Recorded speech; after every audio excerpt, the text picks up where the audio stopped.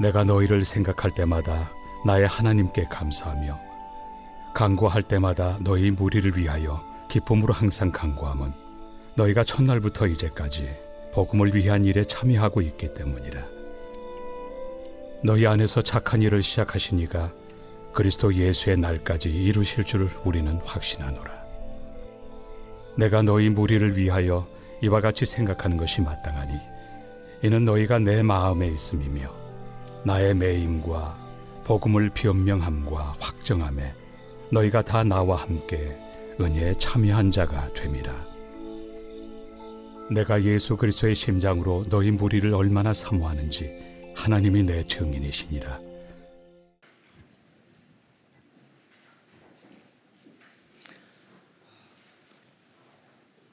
세계적인 세일즈 전문가인 닐 왓슨이라는 사람이 쓴 책 중에 뛰어난 세일즈맨은 분명히 따로 있다라는 책이 있습니다.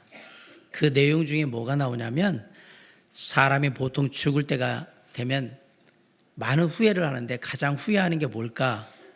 끝내지 못한 일에 대한 아쉬움보다 인간관계를 내가 살아생전에 게을리했구나라는 사실 때문에 제일 많이 후회한답니다. 미국 실리콘밸리에서 인포시크 등 4개의 IT 업체를 성공시켰던 벤처기업가 스티븐 케이시라는 사람이 이런 말을 했어요. 내가 사업에 성공할 수 있었던 좋은 비결은 인간관계를 잘 맺어서 그렇습니다. 나는 MIT 공대에서 최고의 공학기술을 배웠지만 정작 가장 중요한 인간관계에 대해서는 배우지 못했습니다. 누가 나에게 공학기술과 인간관계 기술 가운데 한 가지만을 택하라고 한다면 나는 서슴지 않고 인간관계 기술을 선택할 것입니다. 미국의 유명한 카네기 연구소에서 부자가 된 사람이 어떻게 부자가 됐느냐, 돈 많이 번 사람들이 어떻게 되는가라고 생각해서 확인을 해봤어요. 조사를 해보니까 15%는 다른 사람들보다 기술적으로 아주 뛰어난 지식을 갖고 있었던 거예요. 쉽게 말하면 의사, 변호사, 아니면 기술자, 이런 것들에서 아주 특허와 같은 독특한 능력을 발휘한 사람이 15%였어요. 돈 버는 사람이. 그럼 나머지 85%는 뭘로 돈을 벌었을까? 좋은 인간관계로 돈을 벌었습니다. 사람과 잘 지내는 능력, 사람들에게 자기 표현을 잘 하고 사람들의 말을 잘 들어주고 그리고 함께 격려하고 세우고 원만하게 지내는 인간관계 때문에 돈 번 사람이 85%라고 얘기하는 겁니다. 여러분, 좋은 관계, 진실한 관계가 주는 기쁨을 아십니까? 그리스도인은 주변의 사람들과 좋은 관계를 맺어야 합니다. 주변에서 좋은 평판을 들어야지 욕먹는 그리스도인이 된다. 그건 복음의 회방꾼이 되는 거잖아요. 우리가 주변 사람들하고 좋은 관계를 맺는 것이 복음을 전할 수 있는 전도의 가장 첫 시작이다라는 사실을 한번 기억해 보실 필요가 있습니다. 요즘 사람들은 진실한 관계에 정말 목말라 있는 것 같아요. 왜냐하면 세상에 갈수록 각박해지고 개인주의와 이기주의가 팽배하다 보니까 피상적인 관계, 그냥 겉으로만 아는 관계들이 너무 많아진 거예요. 그러한 진실한 관계를 맺고 싶은 마음은 교회 안에서도 똑같습니다. 사람들이 교회를 찾는 이유 중에 하나가요, 관계 때문에 그래요. 과거에 내가 어떤 모습으로 살았던지 그 모든 모습을 너그럽게 용서해주고 지금 나의 삶의 부족함과 연약함이 있지만 있는 그대로 나를 받아줄 수 있고 그리고 조건 없이 나를 사랑해 줄 수 있는 그런 관계를 원해서 사람들은 교회에 오곤 하는 겁니다. 물론 이런 관계는 새로운 사람들, 새로운 교회에 오신 분들만 해당되는 건 아닙니다. 이미 오랫동안 신앙생활을 했던 분들에게도 진실한 관계를 향한 열망은 계속해서 있습니다. 내가 힘들 때 나를 찾아와가지고 위로의 말이라도 전해줄 수 있는 사람, 내가 힘들 때 내가 찾아가서 이런저런 얘기하면서 만날 수 있는 사람, 그리고 말 한마디라도 나한테 따뜻하게 하면서 건네고 격려해주는 사람, 함께 기도해 줄 테니까 용기 잃지 말고 열심히 하자라고 얘기하는, 이렇게 응원해주는 사람, 늘 함께하며 슬픔을 나누면 반이 되고요, 기쁨을 나누면 배가 된다는 사실, 그런 관계, 그런 사람들을 원하는 거예요. 내게 뭔가 얻을 게 있어서 나에게 와 있는 게 아니라 나의 행복과 안위에 관심을 갖고 정말 나를 위해서 내게 찾아와주고 나와 함께하는 그런 사람을 원하는 겁니다. 저와 여러분은 과연 어떤 관계를 맺고 있을까요? 우리는 서로에게 정말 진실된 관계를 가지고 있습니까? 우리 옆 사람 한번 보실래요? 말하지 말고요. 이 사람이 나하고 정말 진실된 관계를 갖고 있나? 한번 생각해 보시고 얼굴을 바라보세요. 혹시 피상적으로 그냥 껍데기만 안녕하세요, 잘 지내세요 이러고 끝나는 관계는 아닌지, 이런 껍데기뿐인 관계는 아닐까? 우리 중 그 누구도 이런 비즈니스적인 관계를 원하는 사람은 아무도 없을 거라고 생각합니다. 내가 필요할 때는 나한테 연락해서 그냥 나 찾아가지고 막 그러다가 내가 필요 없으면 그냥 나 무시하고 그냥 버려버리고, 그런 관계, 그 누가 좋아하겠습니까? 그런 관계를. 근데 문제는 갈수록 세상이 이런 관계, 이런 피상적이고 그리고 나만 아는 관계, 비즈니스적인 관계로 계속해서 변화해 가고 있다라는 사실이에요. 요즘 새롭게 교회에 찾아오시는 분들에 대한 통계가 있는데요. 그들이 다시 교회로 오는 이유 중에 하나가 뭐냐면요, 외로워서 온대요. 혼자인 게 외로워가지고. 어느 모 방송사에서 장수 프로그램이 있어요. 나 혼자 산다는데 저는 나 혼자 못 산다고 생각하는 사람입니다. 그들은 왜 나 혼자 살 수 있을까요? 돈이 있고 유명하고 갈 데 있고 사람이 있으니까 나 혼자 산다고 얘기하는데, 제가 보면 한 번도 나 혼자 사는 걸 못 봤어. 다 사람들 만나러 놀러 돌아다니고 그러고 있지 뭘 혼자 살아. 혼자 무인도에 갔다 나면서 어떻게 사나. 혼자 살면 고독사로 죽습니다. 그 방송에서 나 혼자 살 수 있다라고 얘기한다고 그걸 믿으시면 안 됩니다. 보통의 사람들은 혼자 살 수 없습니다. 방송에 나오니까 그렇게 하는 거지, 어떻게 사람이 혼자 살아요? 사람은 사회적인 존재이기 때문에 혼자 살 수가 없어요. 혼자 살아요? 혼자 있다가 혼자 죽어요. 나중에 119에서 참 안 좋은 모습 보게 돼요. 나 혼자 살 수가 없어요. 교회 오는 분 중에 혼자인 게 싫어가지고 교회 오는 분들이 있다라고 통계가 나오고 있어요. 아마도 피상적인 인생 속의 삶의 관계에 지쳤거나, 나도 진짜 좋은 친구들, 진짜 친구들을 만나고 사람들을 만나고 싶다라는 그런 마음 때문에 교회로 돌아오신 것 같아요. 그런데 그럼 이렇게 오는 사람들만 진실한 관계를 원하느냐? 아니요. 이미 교회에 있는 저와 여러분들도 늘 진실한 관계를 꿈꾸고 그렇게 만들어가기를 원하는 겁니다. 하나님께서는 우리가 진실한 마음으로 함께하는 그러한 사랑의 공동체, 은혜의 공동체를 이루기를 간절히 원하십니다.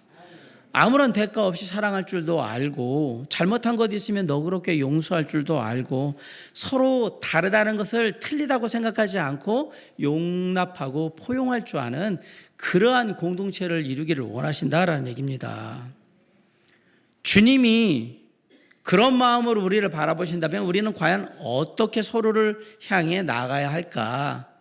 오늘 사도 바울이 빌립보 성도들에게 이렇게 얘기합니다. 우리 8절 한번 읽어볼까요? 시작. 내가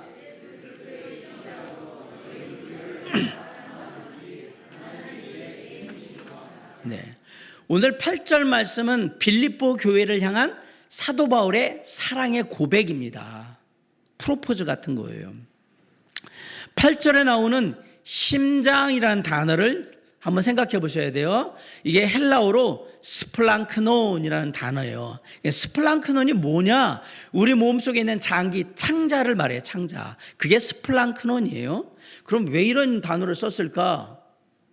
예수 그리스도의 창자? 그게 아니고 유대인들은 인간의 감정이나 그 속마음이 어디에 들어있다고 생각하냐면 창자 안에 들어있다고 생각했던 거예요. 그래서 예수 그리스도의 심장, 이렇게 말하는 스플랑크논이라고 얘기를 한 겁니다. 우리말에 비슷한 말이 있어요. 애간장이 탄다라고. 간장에 대한 얘기잖아요. 장기에 대한 얘기. 이 애간장은 창자와 간, 장기를 통합해서 말할 때 애간장 이러는데, 아구 애간장이 타라고 하는 건 우리가 애절하다, 간절하다, 안타까운 그런 마음을 표현할 때 애간장이 탄다라고 얘기하잖아요. 그리스도의 심장이라고 말 때 그 스플랑크논은 바로 그 얘기를 하는 겁니다. 사도 바울이 빌립보 교회를 향해 자기 마음을 표현할 때 왜 심장, 창자라는 말을 쓰는 스플랑크논을 썼을까? 그만큼 나는 마음속 깊이 빌립보 교회 성도들과 깊은 유대의 관계를 가지고 있다라고 얘기를 하는 겁니다. 사도 바울은 빌립보 교회 성도들이 기뻐하면 함께 기뻐하고요. 빌립보 교회 성도들에게 어려운 일이 있으면 마치 나에게 어려운 일이 생긴 것처럼 그렇게 생각하면서 슬퍼했던 사회였던 거예요. 그런데 사도 바울이 빌립보 교회 성도들을 사모하는 사랑하는 그 마음을 오늘 뭐라고 표현하면 그리스도 예수 그리스도의 심장이라고 표현하고 있어요. 내가 그 마음으로 사모한다. 놀라운 사실은 내 마음, 내 심장으로 사랑하는 게 아니고 그리스도의 심장으로 사랑한다라고 얘기했어요. 쉽게 말하면 사도 바울 안에 어떤 심장이 있다는 얘기예요? 예수 그리스도의 심장이 있다는 얘기예요. 지금 말로 바꿀게요. 사도 바울은 예수 그리스도의 심장으로 이식 수술을 받았다 이 얘기입니다. 그래서 내 안의 심장은 누구의 심장이다? 예수 그리스도의 심장이라고 말하고 있는 거예요. 내 심장으로 사는 사람은 나를 제일 먼저 생각합니다. 그리고 내 욕심을 채우기 위해서 모든 것을 이루어갑니다. 그리고 사람들과의 관계도 다 내 욕심과 만족을 위해서 이뤄요. 그렇게 되면 시간이 지나면 지날수록 시기, 질투, 불평, 원망 같은 게 내 안에 생길 거예요. 내가 마음에 안 들거든요, 저 사람이. 그러면 언젠가는 그 관계가 끝나게 되겠죠. 그리고 서로를 아프게 상처를 줄 거예요. 내가 원하는 쪽으로 안 움직이기 때문에. 내 심장으로 사는 사람들은 그렇게 하다가 에이 그만두지 뭐 저 사람 아니면 뭐 사람 없나? 버리고 또 다른 사람 만나. 또 안 되면 또 버리고 다른 사람 만나. 맨 이렇게 기러기 같이 나그네 같이 돌아가는 인생, 사람이 계속 바뀌는 거죠. 하지만 예수 그리스도의 심장으로 사는 사람은 다릅니다. 우리가 아직 죄인 되었을 때 우리의 죄를 위해서 사랑받을 자격, 은혜 받을 자격 하나도 없는 우리를 위해 예수 그리스도께서 십자가에 달려 죽으셨습니다. 예수님께서는 우리에게 어떠한 대가도 보상도 바라신 적이 없어요. 당신의 그 사랑을 보여주시면서도 그 어떤 것도 우리에게 요구하지 않았어요. 이런 이타적인 무조건적인 사랑이 담긴 게 바로 예수 그리스도의 심장이라는 얘기입니다. 그래서 예수 그리스도의 심장으로 사는 사람은 저 사람하고 교제하는 게 나한테 무슨 유익이 있을까? 이런 걸 따지는 게 아니에요. 그냥 예수님이 나를 불쌍히 보시고 예수님이 나를 사랑하셨듯이 그런 모습으로 그냥 바라보는 거예요. 그리고 예수님이 나를 사랑으로 맞아주신 것처럼 나도 그냥 사랑으로 맞아주는 거예요. 그냥 사랑하는 거예요. 그게 예수 그리스도의 심장으로 사는 사람들이 사람을 대할 때 갖는 태도입니다. 빌립보 교회를 향한 사도 바울의 마음은 늘 애틋했어요. 3절에 보면 내가 너희를 생각할 때마다 나의 하나님께 감사하며, 4절에 보면 간구할 때마다 기도할 때마다 너희 무리를 위하여 기쁨으로 항상 간구한, 7절에 보면 내가 너희 무리를 위하여 이와 같이 생각하는 것이 마땅하니 이는 너희가 내 마음에 있음이며 나의 매임과 복음을 변명함과 확정함에 너희가 다 나와 함께 은혜에 참여한 자가 됨이라. 너희가 내 마음에 있다. 4절에 반복되고 있는 간구라는 말은 헬라어로 데시스라고 되어 있습니다. 개인적으로 깊은 필요가, 아주 중요한 필요가 있어서 진심 어리게 이 필요를 좀 채워주세요라고 청원하거나 요청하는 것을 데시스라고 했어요. 간구한다라고 했잖아요. 사도 바울은 빌립보 교회의 간구를 그렇게 받아들이고 있는 거예요. 비록 바울은 로마 감옥에 갇혀 있지만 여전히 빌립보 교회 성도들을 향해서 간구, 기도하면서 그들의 필요가 무엇일 거라 생각하면서 기도하고 있는 거예요. 그들의 어려움이 나의 어려움이고 그들의 힘든 상황이 나의 힘든 상황이라고 생각하면서 그런 마음으로 기도하면서 아울러 그들이 진심으로 주님 안에서 기쁨과 감사함을 누리는 행복한 삶을 살기를 소망하면서 날마다 기도하고 있는 것입니다. 사랑하는 성도 여러분, 우리는 서로를 향해서 정말 사도 바울처럼 애틋한 마음을 가지고 있습니까? 옆 사람 한번 잘 생각해 보면 나는 옆에 있는 형제 자매에게 진짜 애틋하나? 아무런 감정도 없나? 무덤덤한가? 한번 잘 생각해 보세요. 사랑하는 성도 여러분, 혹시 기도할 때 나하고 우리 가족만 위해서 기도하고 계시진 않습니까? 내 기도에 사랑하는 형제 자매들의 이름이 불려지고 있습니까? 바울은 빌립보 교회 모든 성도들을 위해서 특별히 성도들 한 사람 한 사람의 이름을 부르면서 기도했습니다. 1절에 빌립보에 사는 모든 성도와 4절에 너희 무리를, 여기 무리가 모든 무리를 말하는 거예요. 기쁨으로 항상 간구하면. 7절에 내가 너희 무리를 위하여. 8절에 너희 무리를 얼마나 사모하는지. 사도 바울의 마음이 그런 마음인 거예요. 자, 여기 보니까 2025년도 표어가 달려있네요. 그럼 이걸 내질 않죠. 2024년도 교회 표어가 뭡니까?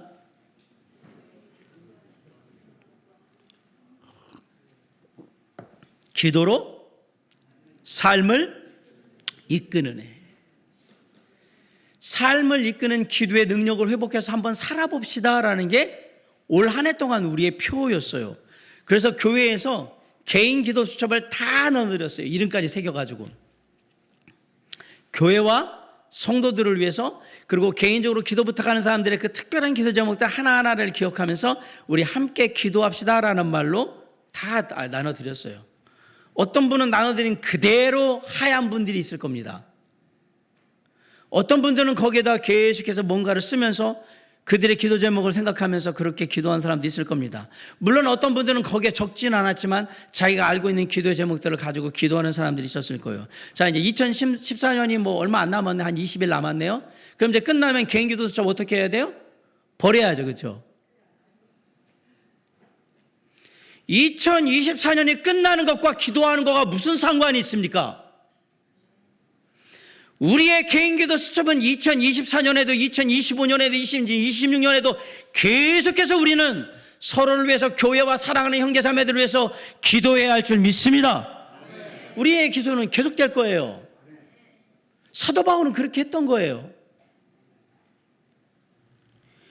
예수 그리스도의 심장을 가진 사람의 사랑의 시작은 기도의 자리에서 시작되는 거예요. 내 입술을 통해서 사랑하는 형제 자매들의 이름이 불려지는 그 시간이 바로 내가 그들을 사랑하는 시작이에요. 한마디도 안 하면서 어떻게 사랑한다는 얘기를 합니까?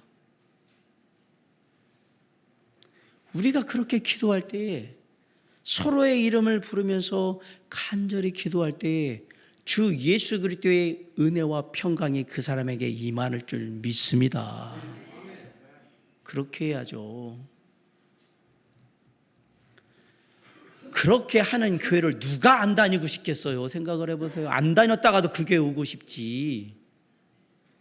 뭐가 전도의 핵심인가를 잘 생각하셔야 돼요. 우리가 뭘 해야 하는가? 시간이 된다면 시간을 내셔서 사랑하는 성도님들 한 분 이름 한 분 한 분 다 모르면 최소한 우리 목원들이라도 그 이름을 한 사람 한 사람 부르면서 축복하며 기도해 주셔야 합니다. 그거 하라고 2024년 내내 매월 첫 주에 우리가 화목회 하는 날 했잖아요. 그렇죠? 화요일 날, 목요일 날 정말 우리가 기도를 통해서 하나님과 성도들과 함께하며 하나된 모습이 갖기 위해서 그들의 기도 제목을 위해서 많은 분들이 시간 내셔서 오셔서 화요일 날, 목요일 날 오셔서 이곳에서 기도하고 하시는 모습을 저는 여러 번 봤어요. 그리고 많은 사람들이 기도 수첩에다 그런 기도의 제목들을 내주시는데 여기에 응답받은 놀라운 간증이 있는 분들이 여럿 있는 걸 제가 압니다. 기도하자마자 응답받는 분들이 있어요. 기도하자마자. 자, 이것도 이제 2024년 지나니까 내년부터는 안 하겠죠. 그죠? 화목회 하는 날. 아니, 2024년이 지나는 거하고 화목회 하는 날하고 무슨 상관이 있습니까? 이것이 우리에게 필요하면 계속 하는 거죠. 사실 기도가 필요 없는 때가 어디 있겠습니까? 내년에도 우리는 화목회 하는 날을 계속 할 겁니다. 오셔서 기도하세요. 특별히 몸된 교회에 오셔서 사랑하는 성도들을 위해서 교회를 위해서 기도하는 건 정말 정말 중요한 겁니다. 그 기도가 쌓여서 주님의 몸된 교회가 건강해지는 거기 때문에 기도하셔야 합니다.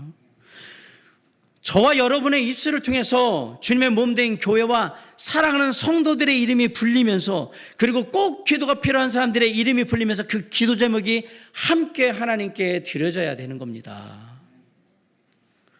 아울러서 더 많은 분들이 사랑으로 품어지고 또 그분들을 위해서 우리가 더 많이 기도할 수 있는 시간들을 갖는 것, 그것이 우리에게 꼭 필요하다는 사실을 기억하시기 바랍니다.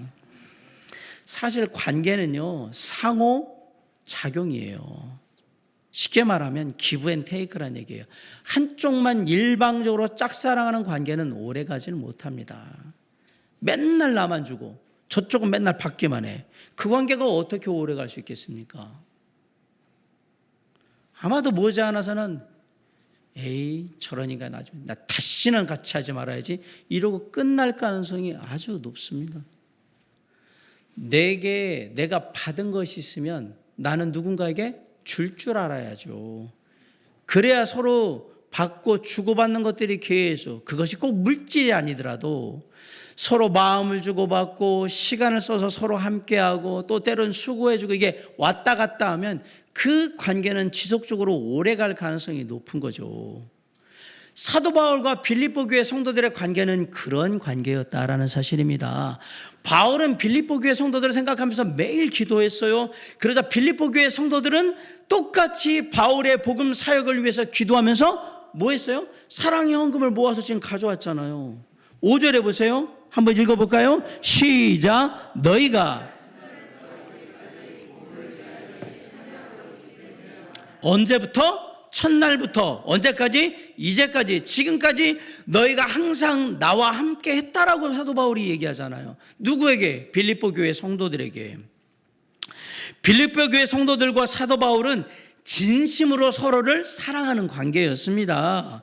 그리고 그 관계는 빌립보의 지역에 처음으로 복음이 전해지는 그 날부터 지금 사도 바울이 로마 감옥에 갇혀있는 지금까지 계속해서 이어지고 있었다라는 사실이에요.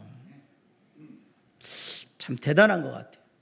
요즘도 어떤 사역자가 사역을 하다가 교회를 목회자가 옮길 수도 있고 뭐 전도사님이 옮길 수도 있고 부목사님이 옮길 수도 있고 그런 거잖아요.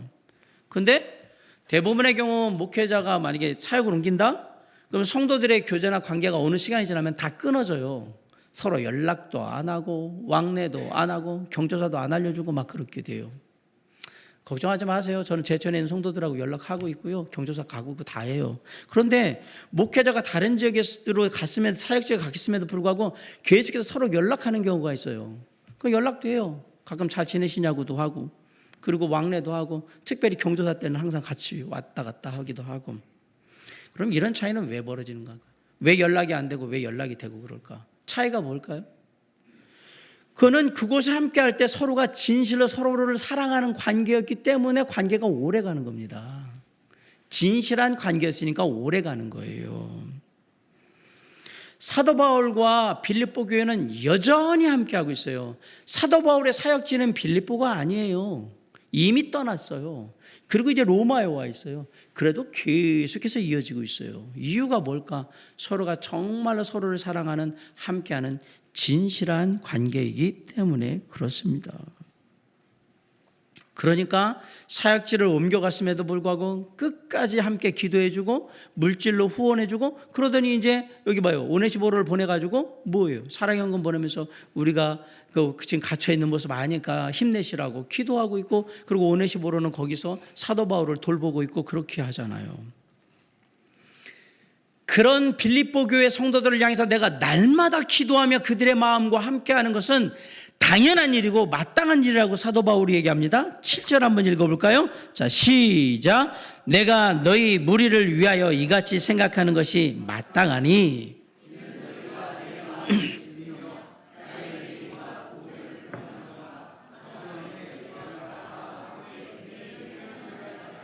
네, 그렇습니다. 여기서 우리는 진실한 관계를 유지할 수 있는 비결을 알 수가 있어요. 세상의 사람들이 사람을 만나는 이유는 나의 만족과 유익을 위해서 만나는 거예요. 그냥 내가 좋아야 만나, 내가 기뻐야지, 내가 만족해야지 만나지, 아니면 안 만나 이런 식이에요. 나의 기쁨과 만족을 위해서 사람을 만나잖아요.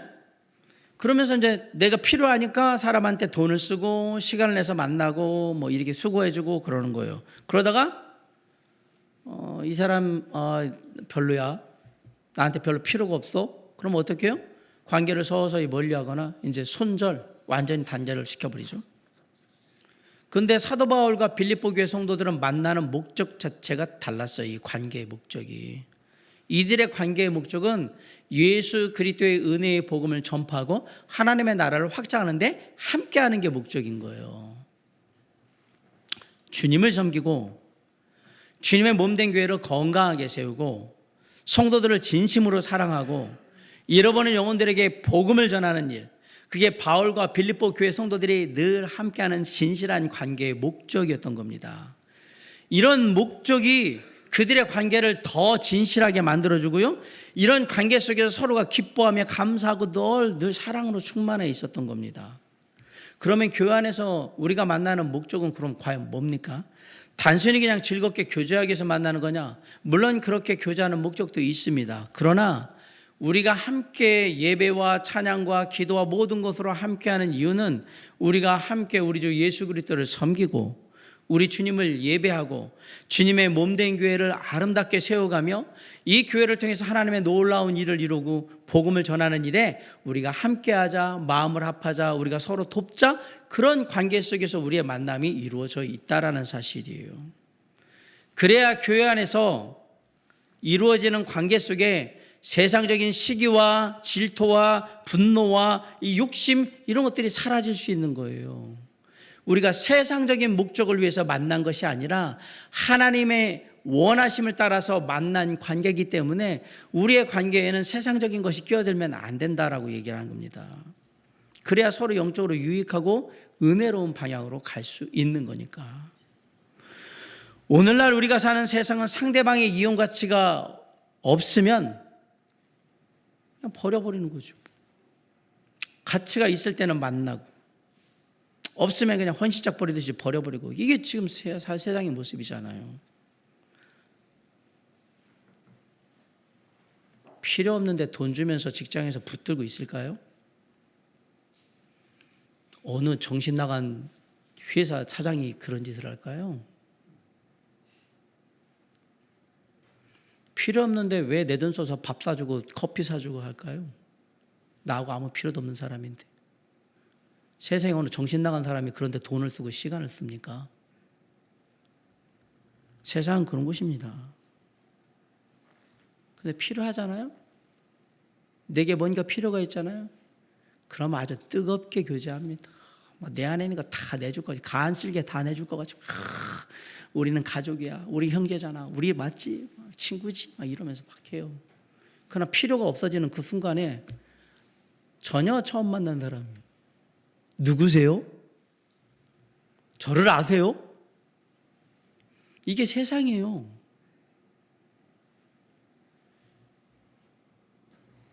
사랑이 식어지는 그 순간에 다 버려버려요.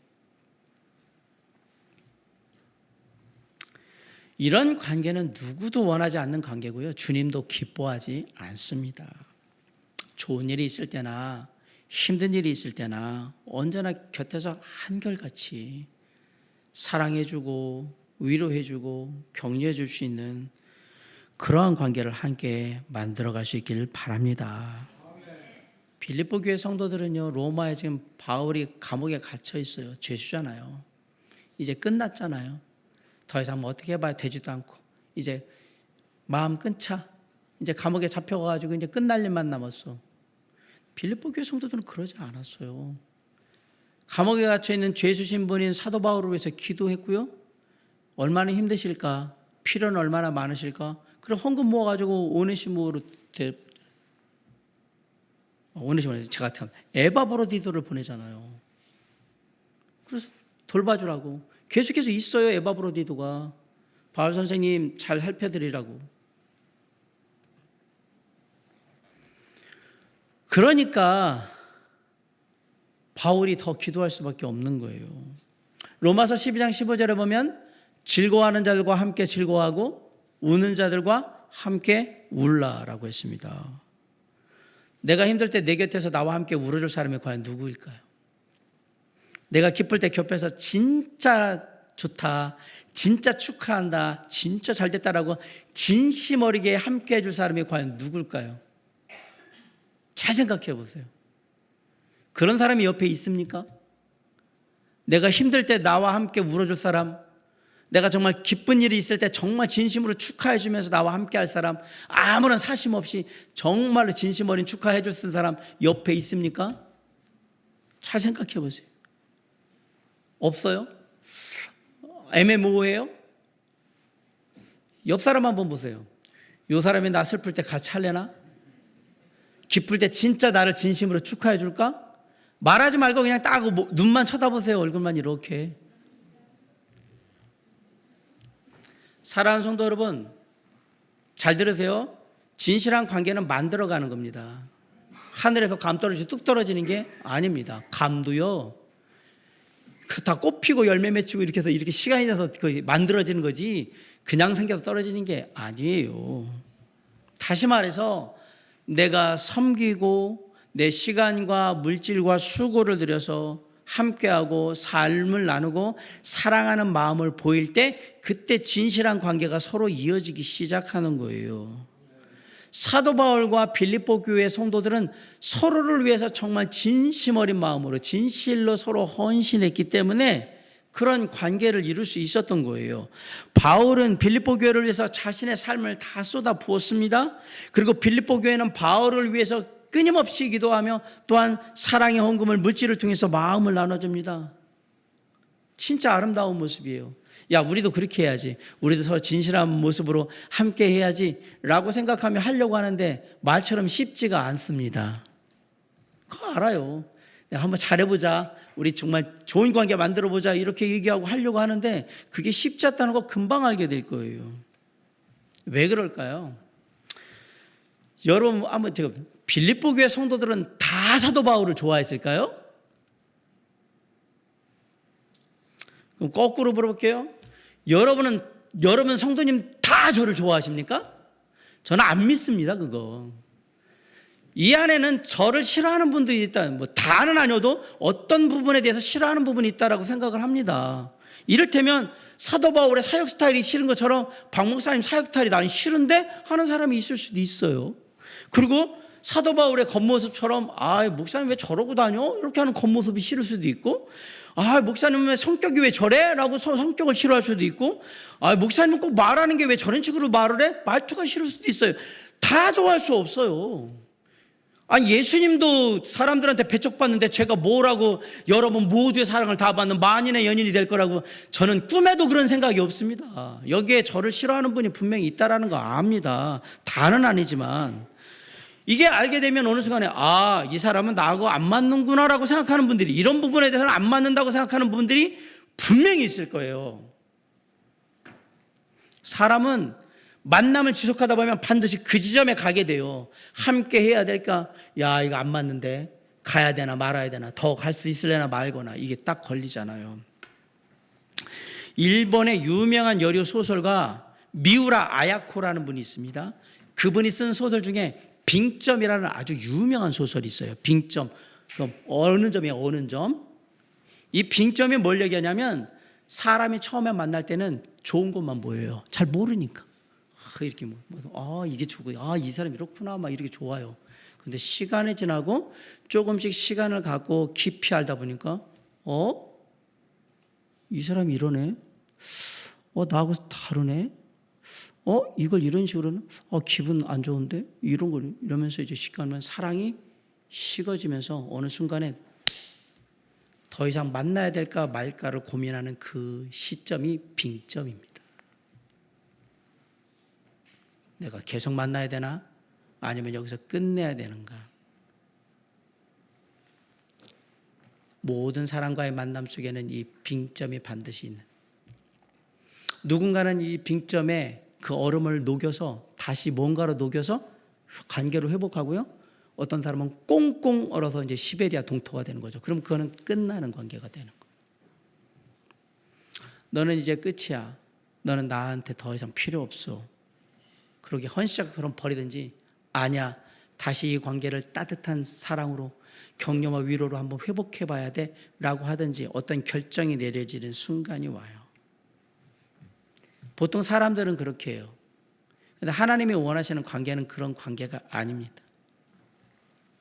자, 예수님이 우물가에서 만난 사마리아 여인, 예수님께 끌려왔던 가나마다 붙잡힌 여인, 막달라 마리아, 예리고의 세리장 삭개오, 예수님을 3번 부인한 베드로, 예수님을 팔아넘긴 가룟 유다, 예수님 주변에 이 치명적인 약점을 가진 사람들이 얼마나 많은가 한번 잘 보세요. 진짜 많아요. 어마어마하게 많아요. 예수님이 이들을 내치시던가요? 예수님은 단 한 번도 이런 사람들을 내치신 적이 없어요. 그럼 뭐 하셨습니까? 예수님은 끝까지 그냥 사랑하셨습니다. 우리의 인간관계가 세상적으로 가면 그냥 필요 없으면 다 쳐낼 거예요. 근데 주님은 우리에게 얘기하는 거예요. 그냥 끝까지 사랑해라. 어떻게 해요? 내가 너희를 사랑한 것 같이, 내가 너희를 용서한 것 같이, 내가 너희를 있는 그대로 받아들인 것처럼 그렇게 하라고 얘기하는 거예요.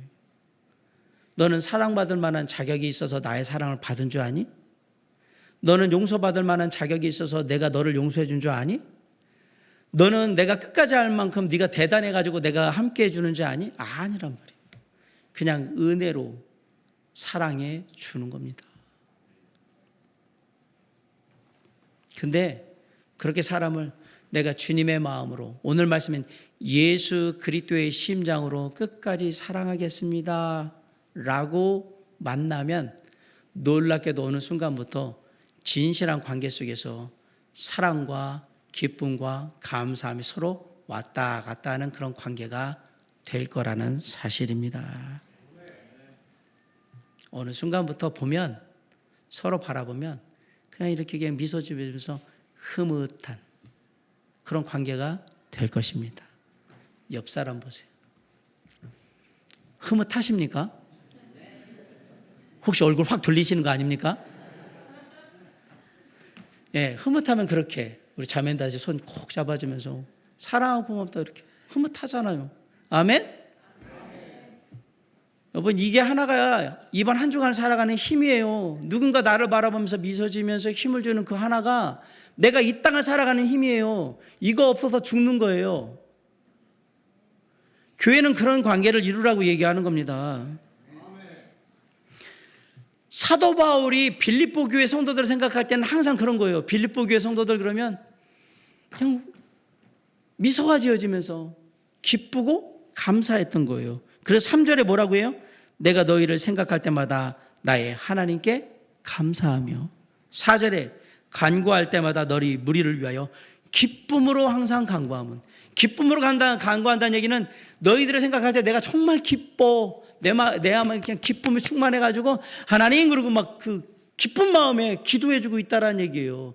우리가 서로 그런 관계가 되어야 한다라고 제가 말씀드리는 거예요. 누굴 생각하면 기도할 때 하나님 사랑하는 아무개 형제를 위해서 기도합니다. 정말 하나님 축복해 주시고 은혜 주시고 삶을 이끌어 주시고 정말 주님께서 모든 것 가운데 함께 해 주시기 원합니다. 이렇게 기쁜 마음으로 기도할 수 있는 서로의 관계가 될 수 있길 간절히 바랍니다.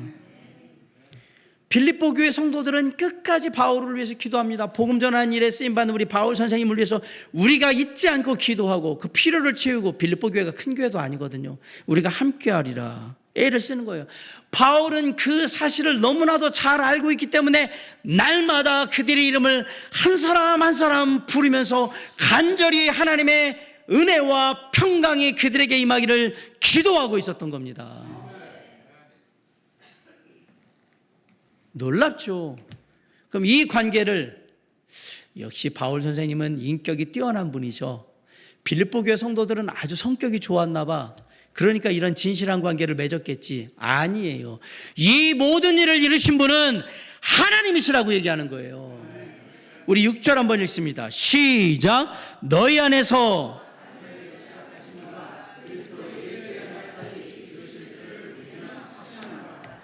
빌립보에서 빌립보 교회 성도들을 만나게 하신 것도 하나님의 일이고, 그들에게 복음을 전해서 그들이 복음을 듣고 구원받아서 교회를 세운 것도 하나님이 하신 일이고, 그들과 함께하는 가운데 그들을 하나님의 백성들로 교육시키고 양육할 수 있던 것도 하나님이 주신 일이고, 이제 사역을 떠나서 서로를 향해서 기도하며 서로의 사역을 위해서 함께 힘을 합하며 함께하는 이것도 하나님의 일인 거예요. 하나님이 하신 일이에요.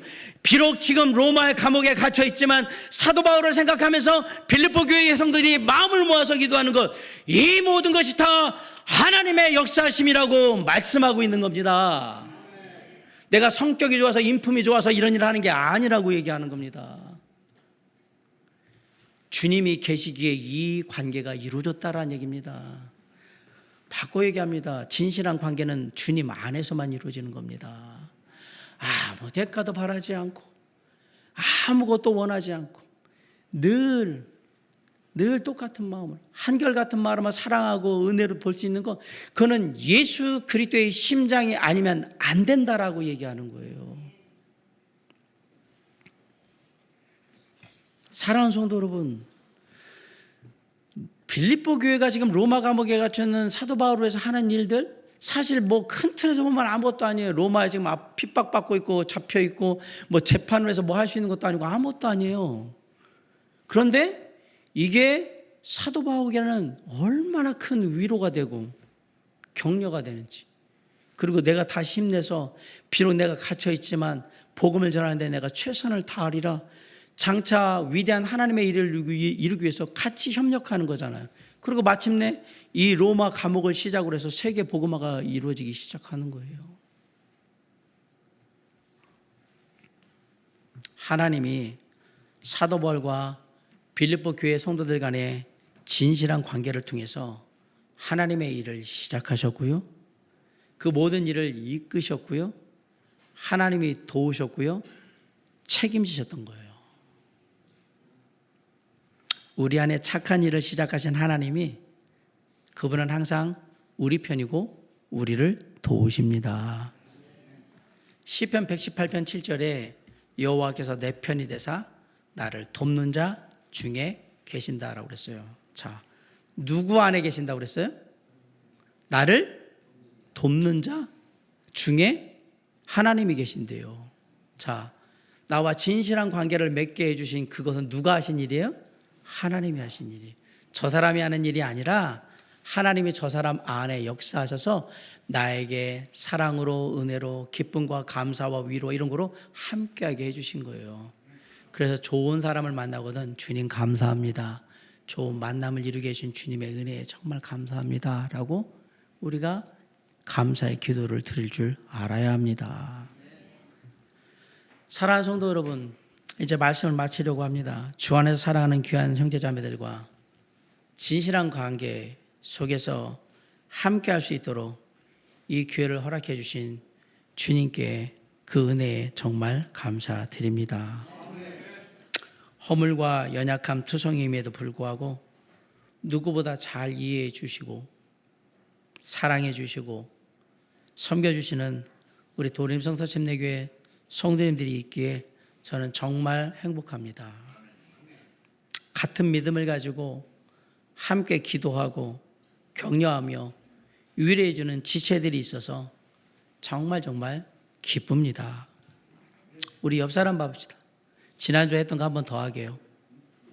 제 따라하면 늘 제 곁에 함께 있어줘서 감사합니다.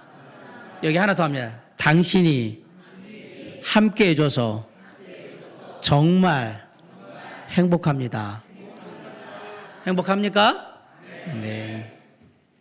믿음의 동역자로 특별히 옆에서 함께 해주는 사람들이 있으므로 정말 기쁩니다. 그게 우리가 알아야 될 기쁨이라고 얘기를 하는 겁니다. 그리고 지금까지 나를 사랑해 주시고 하루의 삶의 여정 가운데 때로는 구름기둥으로 때로는 불기둥으로 나를 인도해 주시며 나의 삶에 필요가 있을 때마다 쓸 것과 모든 것들을 풍성하게 채워주시는 좋으신 하나님, 우리 주 예수 그리스도 하나님을 인해서 감사를 드립니다. 그 하나님이 나의 하나님이라는 사실이 정말 기쁩니다. 그 하나님과 함께 형제자매들과 아름다운 사랑을 나누고 은혜를 나누는 진실한 관계의 기쁨을 누리면서 이 땅의 삶을 다하는 그날까지 주님과 주님의 몸된 교회를 섬기는 우리 모두가 될 수 있기를 주님의 이름으로 간절히 축원합니다. 기도하시겠습니다.